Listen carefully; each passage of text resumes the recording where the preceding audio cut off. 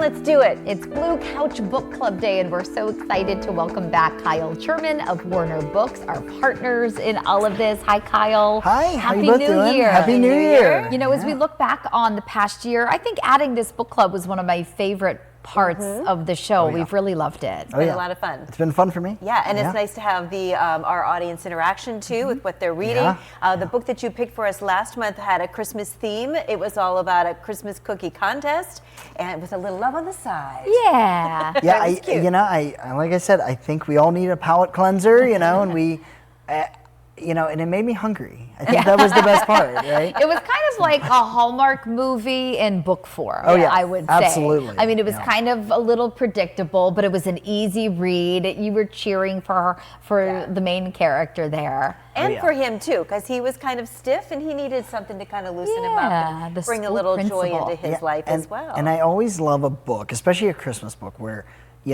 traditions are kind of modified and adjusted. I've seen that with my family over the years, and I just was like, hey, this is kind of a perfect book. She was going through it with her boys getting older and, the loss of her husband and having to adjust the way that she always did things. It's just part of life. We all have to do it at some point. But it was a nice story. The other thing that I kind of loved was, this town, it's all about cookies and baking, and Erie's kind of going through like a baking renaissance right now. We have all our bakeries are expanding or renovating or just adding more and more. I'm like, okay, let's go try some cookies at all our favorite little bakeries in town. I did actually just finish up this book yesterday. The holidays got away from me, so but I love how the author included a recipe for a cookie that was very similar to the one that she had entered into the contest. I wish I had have time. I mean, I guess it's never too late to make cookies, but I love that little tidbit. I even toyed around when I finished. I'm like, oh, maybe I could, but I can't bake. Right? That's where my wife and our cafe manager, Stephanie, the two of them,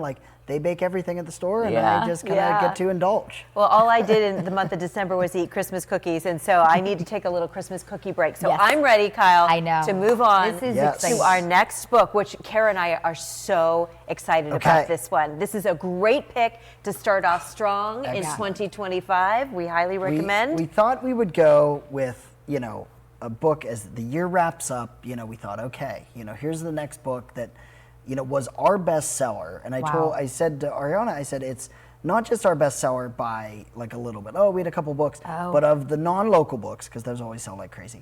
But of non-local books, this book sold more than any other book by far in 2024. Okay. Even more like Lessons in Chemistry was so big this year, the whole thing. Not even, it was just not Demon even. Copperhead? Demon Copperhead, not even close. Okay. So let's unveil it. Here's what it is. Everyone's favorite moment here. So drum roll. I'll hand it to you two to. It is. And in full disclosure, Amanda and I have already read this, but we are begging you to read it. It is so good. It's talked about in every book club that you may see online or that your neighbors or girlfriends have. The Women by Kristin Hannah. It's so good. I just recently finished it, so it's very fresh in my mind. But you might want to leaf through it again. I know. I read it back in April, and a warning for our viewers: it's heavy, as Kristin Hannah books typically are. It's a historical fiction, focuses on strong female characters. But I remember I had to take a break in the middle of this book, Kyle, because it is really heavy. Yeah. I remember thinking, we all like a happy ending, and I remember thinking,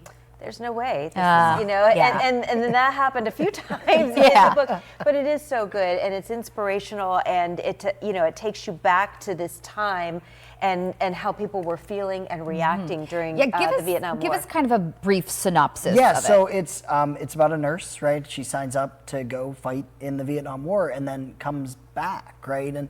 And so everything she sees over there, and you two know too, it's kind of the turbulent times of the 60s in the U.S. She would come back and she would go to Vietnam War veterans rallies, and she would say that she served, and they'd say, no, you didn't. Women didn't serve in Vietnam.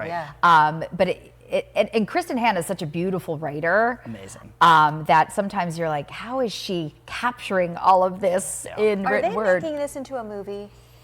I don't know. I wouldn't be surprised. I sure hope so. I've not heard. I don't know if I could watch it. I know. But I loved reading it and listening to it. This is a great pick for January. And if you have not read The Women yet, I highly recommend you run right out to Werner's. Are you ready? We're ready. We have ready them. for them? We're and one of our book clubs is reading them, and I thought, oh, you know what? This is kind of end the year and into the new year. Yep. It's a good one.